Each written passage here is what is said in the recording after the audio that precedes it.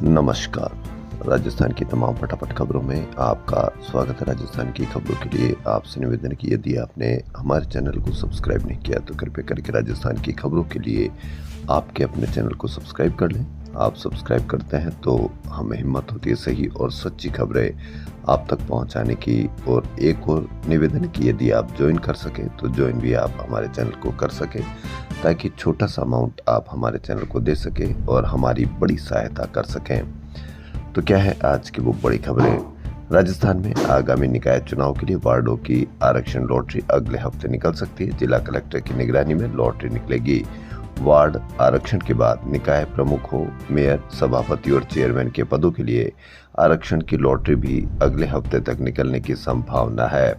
Mayor, सभापति और chairman पद के लिए लॉटरी स्वायत्त शासन निदेशालय में निकलेगी। गौरतलब है कि राजस्थान के सभी 309 नगरीय निकायों में राज्य सरकार अगले महीने चुनाव करवाए जाने की तैयारी में है। वहीं मानसून के पहले दौर में कमजोर बारिश से प्रदेश के किसान खरीफ की बुआई में पिछड़ गए। अब खाद की किल्लत ने उनकी मुश्किलें बढ़ा दी है। खाद की किल्लत, लेकिन मीडिया पर कहीं पर भी कोई चर्चा आपको देखने को नहीं मिलेगी, क्योंकि खाद की किल्लत की बात होगी तो बात बहुत दूर तक जाएगी कि हो सकता है कि यह युद्ध पर भी चली जाए, क्योंकि खाद की वहां से भी दिक्कत की खबरें आपके पास आती है।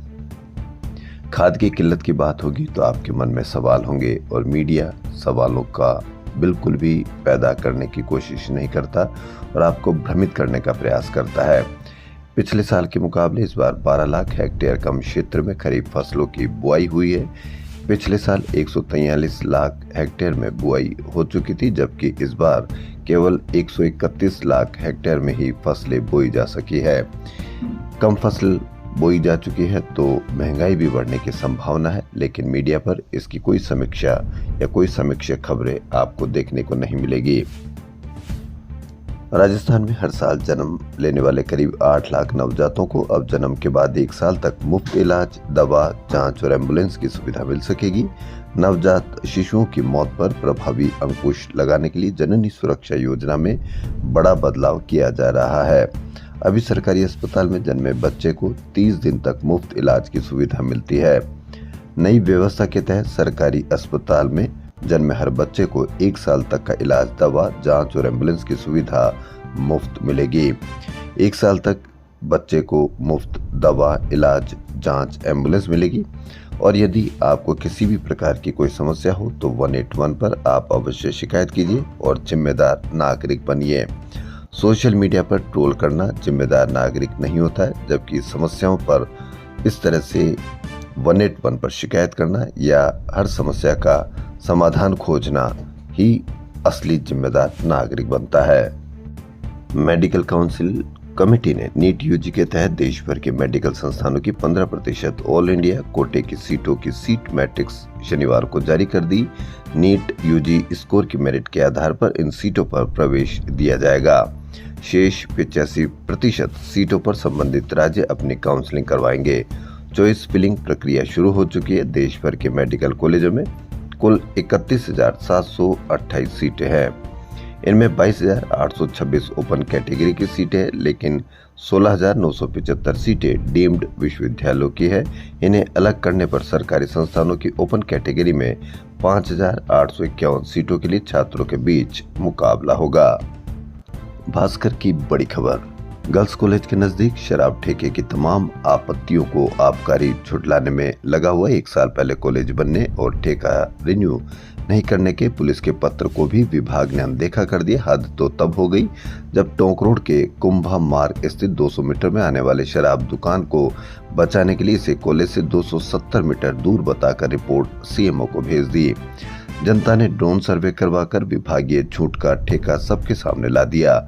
बता दें कि पुलिस ने कॉलेज और मंदिर होने का हवाला देकर 28 मार्च 2025 को आबकारी अधिकारी को शराब ठेका आवंटन रिन्यू नहीं करने के लिए पत्र लिखा था, लेकिन आम जनता 181 पर शिकायत नहीं करती। शिकायत करती है तो इस तरह की खबरें प्रकाशित होती है और खबरें प्रकाशित हुई यानी कि उस ठेके को दूर जाना ही होता है।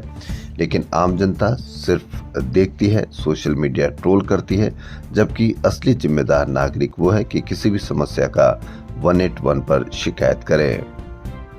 शहीद भागचंद पार्क पर वाल्मीकि सेना, विभिन्न सामाजिक संगठनों और ट्रेड यूनियनों के संयुक्त तत्वाधान में सफाई कर्मचारी संविदा भर्ती के विरोध में अनिश्चितकालीन धरना शनिवार को तीसरे दिन भी जारी रहा।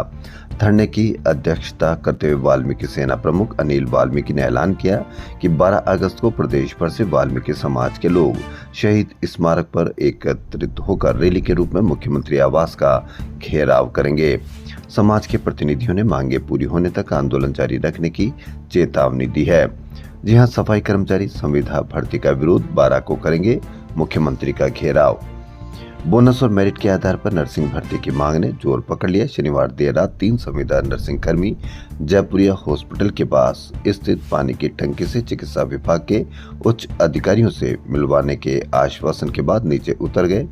नर्सिंग कर्मियों ने टंकी पर हाथ में बोतल भी लहराई। नीचे खड़े नर्सिंग कर्मियों का कहना है कि उसमें ज्वलनशील पदार्थ था। इसके बाद शनिवार देर रात 2 अन्य संविदा नर्सिंग कर्मी SMS हॉस्पिटल के चरक भवन के पास पानी की टंकी पर चढ़ गए। राजस्थान के स्कूलों में स्मार्ट क्लास रूमों की दुर्दशा को लेकर किए गए खुलासे के बाद विभाग ने स्मार्ट क्लासों की मॉनिटरिंग का प्लान तैयार करने का फैसला किया है।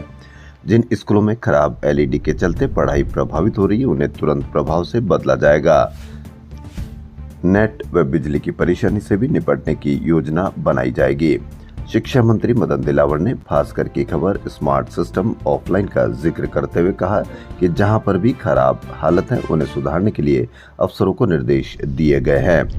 अफसरों को निर्देश दे दिए हैं मंत्री ने, लेकिन आम जनता भी इसमें भागीदार बने और कहीं पर भी यदि अब स्मार्ट क्लास में कोई कमी हो, कोई समस्या हो, क्योंकि उनमें गरीब के बच्चे पढ़ते हैं, तो गरीब के अभ्यर्थियों के अभिभावकों से निवेदन है कि कहीं पर भी कोई समस्या देखें तो सिर्फ शिकायत कीजिए, ट्रोल नहीं, क्योंकि ट्रोल करने से आप जिम्मेदार नागरिक नहीं, शिकायत करने से आप जिम्मेदार नागरिक बनते हैं। राजस्थान में MBBS की सरकारी सीट बढ़ने का इंतजार कर रहे विद्यार्थियों को झटका लगा। इस बार नीट UG स्टेट काउंसलिंग में सरकारी सीटों की बढ़ोतरी नहीं हुई, जबकि प्राइवेट कॉलेजों में 900 सीटें बढ़ी है। इससे आप अंदाजा लगा सकते हैं कि सरकारी सीटों की बढ़ोतरी क्यों नहीं हुई और प्राइवेट कॉलेज में कैसे बढ़ोतरी हो गई। प्रदेश के मेडिकल कॉलेज में स्टेट कोटे के 85% सीटों पर एडमिशन के लिए नीट UG काउंसलिंग प्रक्रिया 11 अगस्त से शुरू हो सकती है। राजस्थान में प्रदेश कांग्रेस अध्यक्ष गोविंद सिंह डोटासरा ने प्रदेश में OBC आरक्षण में RSS के इशारे पर कटौती का आरोप लगाया। प्रेस वार्ता में PCC चीफ ने चुनाव से पहले OBC आरक्षण के आंकड़ों को लेकर आरोप लगाया है कि RSS के आदेश पर राजस्थान में भाजपा सरकार साजिश करके OBC समाज के संवैधानिक अधिकारों पर कैंची चला रही है। OBC आयोग की मनमानी सर्वे रिपोर्ट की आड़ में 21% OBC आरक्षण को कम कर कई क्षेत्रों में इसे महज 5% तक सीमित करने का प्रयास हो रहा है। वहीं नेता प्रतिपक्ष टीकाराम जूली ने कहा कि सरकार OBC आरक्षण की रिपोर्ट सार्वजनिक करे, जनता की आवाज दबाई तो मुख्यमंत्री आवास का घेराव करेंगे। यह बात उन्होंने शनिवार को प्रदेश कांग्रेस मुख्यालय में सामाजिक न्याय एवं अधिकारिता प्रकोष्ठ की बैठक में कही। सामाजिक न्याय, संगठन विस्तार और आगामी पंचायती राज व नगर निकाय चुनाव की रणनीति पर चर्चा हुई। जूली ने बचनलाल सरकार पर आंदोलनों और धरना प्रदर्शनों को दबाने का आरोप लगाया। वहीं अजमेर जेल में जेलर के अपने ही मोबाइल से वीडियो कॉल पर अपराधियों से बात कराए जाने का मामला तूल पकड़ता जा रहा है। कांग्रेस ने इसे हाथों हाथ लिया। पार्टी के राष्ट्रीय महासचिव व पूर्व डिप्टी CM सचिन पायलट ने इस घटना को बेहद गंभीर और चिंताजनक बताया। उन्होंने अपने सोशल मीडिया हैंडल पर लिखा कि अब तक जेल में कैदियों के पास मोबाइल ही मिलते हैं, लेकिन अब तो खुद जेलर कैदियों के संदेश वाहक बन गए हैं। अजमेर जेल की घटना पर पायलट बोले, सरकारी सिस्टम कटघरे में है। 181 की कितनी ताकत है, इससे आप अंदाजा लगा लीजिए कि ये खबर आपके लिए जरूरी है। राजस्थान में आमजन की शिकायतों के समाधान के लिए संचालित 181 राजस्थान संपर्क पर जून में 4,97,000 नई शिकायतें दर्ज हुई। इनमें से करीब 4,90,000 शिकायतों का निस्तारण किया गया है। यानी यदि आप शिकायत करते हैं तो मात्र 12 दिन में आपकी शिकायत दूर हो सकती है। और सिर्फ 4,97,000 नई शिकायतें, हजारों लाखों समस्याएं रोज प्रतिदिन किसी न किसी के पास आती है, होती है, लेकिन सिर्फ 4 लाख शिकायतें और सभी शिकायतों का 12 दिन में निस्तारण कर दिया गया है। इसलिए आप सभी से निवेदन है कि जहां कहीं भी आप कोई भी समस्या देखें, तुरंत 181 पर आप शिकायत कीजिए। मात्र 12 दिन में आपकी शिकायतों का निस्तारण होगा।